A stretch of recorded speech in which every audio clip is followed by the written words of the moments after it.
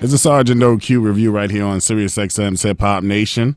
Call us up right now, 877-60-HIP-HOP. And Sarge, tonight we have a very special guest in studio with us tonight. His name is Mr. Dan Charnas. I said it right? Yes, absolutely. Author of The Big Payback, The History of the Business in Hip-Hop. Welcome to the show, Dan. Thank you very much for having me. Now, first off, let's get some background on you because it would have to take somebody coming from the hip-hop world to write a book like this.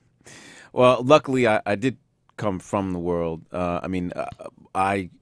My first job out of college was in the mailroom of Profile Records, which was the birthplace of Run DMC and Rob Bass and Special Ed. The first record that I ever promoted was a record by the Poor Righteous Teachers called Rock This Funky Joint. And I started in the mailroom and I worked my way up. And at that time, there was a magazine out of Boston, out of Harvard, that was like the first magazine that I felt like really got, hip hop, because you could read magazines like Right On and Word Up, and not really. And it was called The Source, and I ended up writing some of their very first cover stories when they moved to New York, and now we all know them as like the Bible of hip hop. But that was just in the early days, and this is early 1990s. And then I went to work for a guy named Rick Rubin, who was the co-founder of Def Jam, starting a new label in California called Def American, and I became his vice president of A&R. And the first record that we had out there when I moved to California was Baby Got Back. So pretty much you were in the background, kind of soaking up, this beautiful culture that we call hip hop. From a first hand standpoint. With people like Rick Rubin and stuff like that. So I guess we can ask you the generic question of what inspired you to write this book. And this book is like over 600 pages. I was getting to that. Why is this goddamn book so big? Hold it. This big ass book. Why is this book so big, man? They used to call me when I wrote for MTV. They used to call me Shorty Long Sketch, because Right. I would always write something twice as long as it needed to be. No, but for real, I mean, the reason I wrote it is because nobody had told the story. Yeah.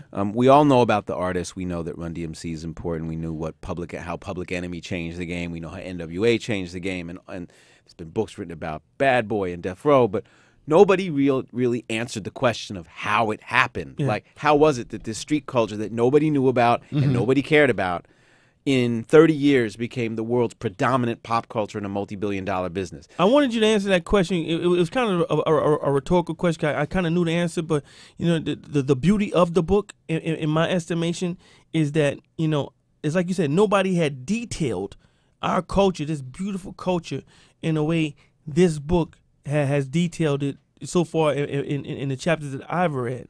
You know what I'm saying?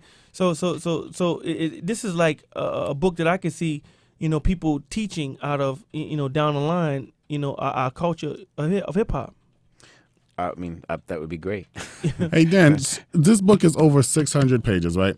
There are a lot of stories, backroom stories, as you will. Did you sit down with all the participants named in the story, in these stories for this book? I interviewed over 300 people for this book. 300 people? Most of them on the record, some off the record, and over 1,000 hours of interviews. Okay.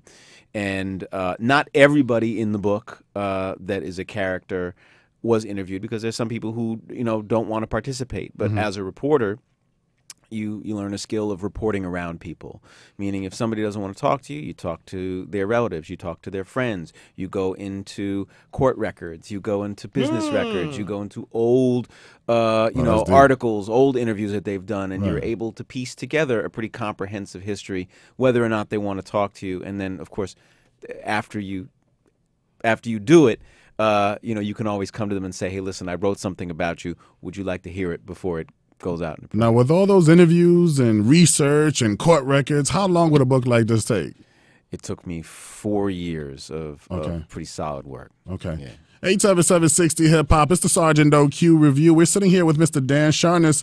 He's the author of the new book, The Big Payback, The History of the Business of Hip-Hop. The business of hip-hop. Yes, sir. You can catch it in stores right now. And, Sergeant, when we come back, we're going to dive a little bit more into this book. Yeah, and you know what? I also want to ask you about the the current state of the game from your eyes, and